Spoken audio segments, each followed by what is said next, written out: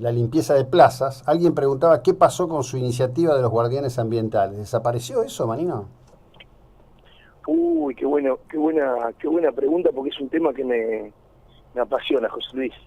Esto era un proyecto interesante que dependía del Ministerio de Educación de la provincia de Buenos Aires y del Organismo para el Desarrollo Sostenible, el OPDS.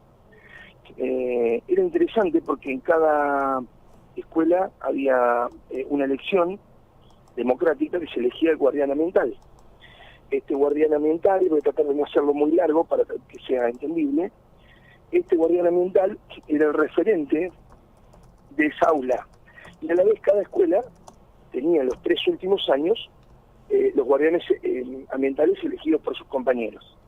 Con posterioridad al término de ese ciclo lectivo, lo que proponíamos era seguir haciendo estos congresos que se hacían mensualmente y que eran realmente numerosos y generaban un compromiso interesante, sobre todo en la niñez, en la adolescencia, y que con posterioridad uno no podía dejar de lado ese compromiso que había tenido en esa etapa de la vida.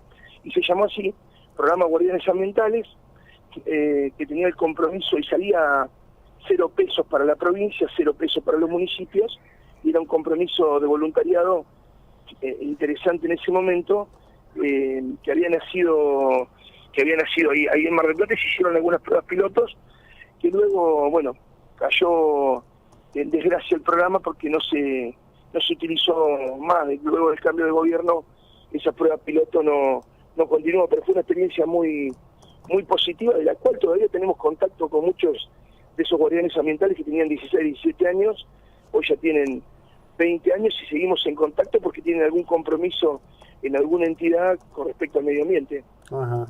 Bueno, no, bueno, viene bien aclararlo por dónde pasaban las cosas, ¿no? Porque la verdad que lo que ha quedado en la gente, ¿viste? Evidentemente, es la idea de que eso estaba fuertemente vinculado a su propia impronta en relación al tema. Ni idea de que No, esto pudiera estar en si bien manos. bueno, fui parte de un colectivo que propuso esa idea, yo después lo llevé a la Cámara de Diputados, y por otro lado fue un programa oficializado por el Ministerio de Educación, con todo la logística que significa el sistema educativo, las autorizaciones del caso y todo lo demás para poder hacer este trabajo, y bueno, y el OPDS dando todo lo que era la programación y el contenido a cómo se tenían que desarrollar cada uno de sus encuentros, congresos, y una dinámica bastante interesante porque había una programación de geolocalización para cuestiones que tenían que ver con problemas incluso meteorológicos, que se podía detectar a ese guardián ambiental para que sea centro o base en alguna cuestión inherente, alguna urgencia, alguna emergencia, que podía tener con cuestiones climatológicas también, digamos, y que ahí había una referencia, una casa, una persona, que nada tenía que ver con cuestiones políticas partidarias, sino que había, para que más o menos José Luis se dé una idea, o que recordemos, en un solo congreso había 2000 jóvenes que ni siquiera tenían contacto con la política y que estaban haciendo políticas de Estado sin darse cuenta, ¿no? Claro, bueno, en definitiva, hoy el camino para que el ciudadano de a pie y sobre todo las nuevas generaciones se involucren pasa por los intereses concretos, ¿no? Es evidente que lo partidario ha caído en un default masivo. Digo, no es que no hay jóvenes interesados en lo partidario, pero no es lo prioritario como fue en los 70, en los 80, digamos, es otro mecanismo el de hoy, ¿no? Sí, sí, lo cierto es que también hay cuestiones de lógica y de costumbres que uno no pregunta qué partido político es, sino que hay cuestiones de acción, hay que programarlas, proyectarlas y bueno, después llevarlas adelante. Por supuesto que yo hice los trámites necesarios con posterioridad porque había muchos pedidos de muchísimas escuelas de Mar del Plata, públicas y privadas, porque este programa tenía esa lógica de escuelas públicas y privadas para que haya una interacción comunitaria de la sociedad y demás. Y bueno, no hemos tenido suerte, aún así seguimos insistiendo porque este programa es un programa interesante para toda la provincia, por supuesto, para Mar del Plata, para los distritos que tienen ganas de participar y y de involucrarse en esto, me parece muy importante. Y tantas ciudades hay en el mundo que tienen una identidad muy fuerte con respecto al cuidado del medio ambiente, que nosotros podríamos ser un faro, incluso hasta pensando a largo plazo turístico también, mostrando que podemos hacer este tipo de cosas. Bueno, yo creo que Mar del Plata tiene para eso, digamos, como núcleos o carnaduras especiales y particulares, ¿no? Es decir, digo esto porque Mar del Plata tiene un grupo muy grande que está vinculado a las actividades como las actividades del CER.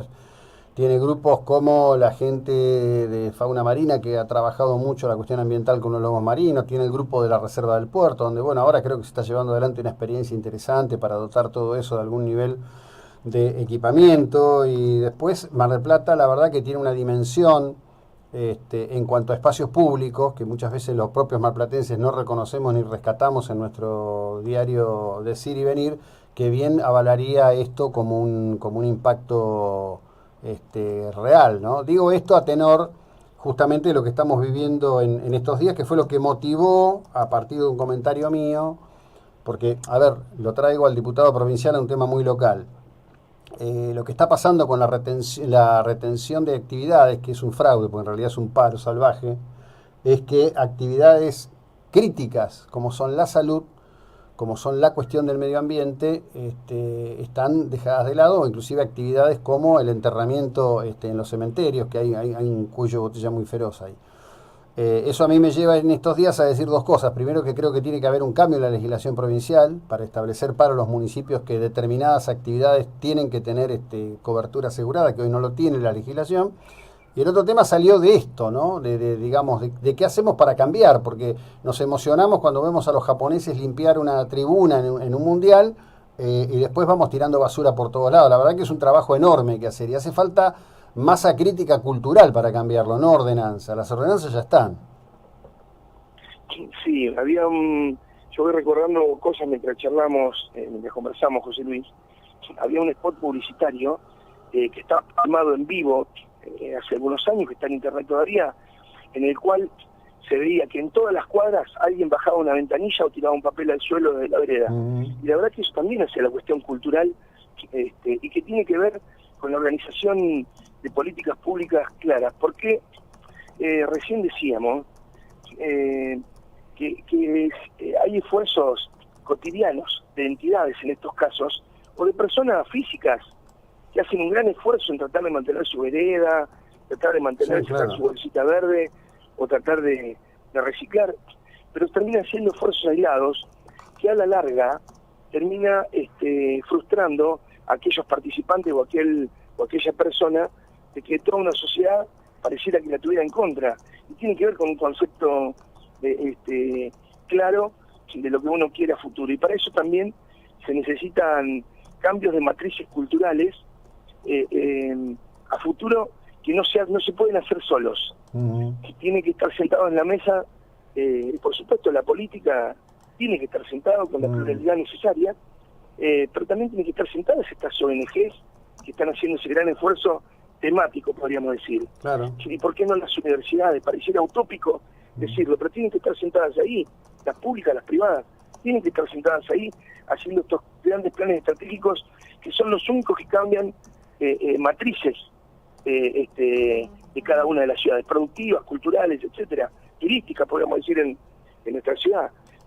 Pero es la única manera. Ya todas las demás formas se han puesto de manifiesto y a la vista no dan resultados masivos. Dan resultados esporádicos, momentáneos, pero no dan resultados masivos. Y que muchas veces coincido que para poder cambiar leyes y otras lógicas, tiene que haber un cambio comunitario fuerte de abajo para arriba, que nos tengan que exigir a los políticos, por ejemplo, cuál es el trabajo que hacemos. Esa es la exigencia que tenemos que dar, y cada uno tendría que tener problemas de rendir cuentas con la sociedad, pero también tiene que rendir cuentas ese político, ese empresario, esa entidad, cuál es el trabajo que hace, y esa universidad también. Por supuesto que tiene que haber un trabajo colectivo para poder cambiarlo. Si no, vamos a estar haciendo esta nota todos los años, todos los meses, todos los días, hablando de lo mismo sin ninguna solución posible. No, desde ya que sí. Digo, a ver, me parece que eso tiene dos aspectos. El primer lugar es que vamos a tener que seguir hablando y dejaremos de hablar cuando logremos que se introduzca un cambio en la cultura, ¿no? Porque si no, hacemos como de cuenta que no existe y existe. Es decir, cuando nos quejamos de que la ciudad está sucia, es porque no asumimos que la ensuciamos. ¿Sí? No es que los funcionarios políticos de turno andan por la calle a la noche tirando basura y enmugreciendo todo.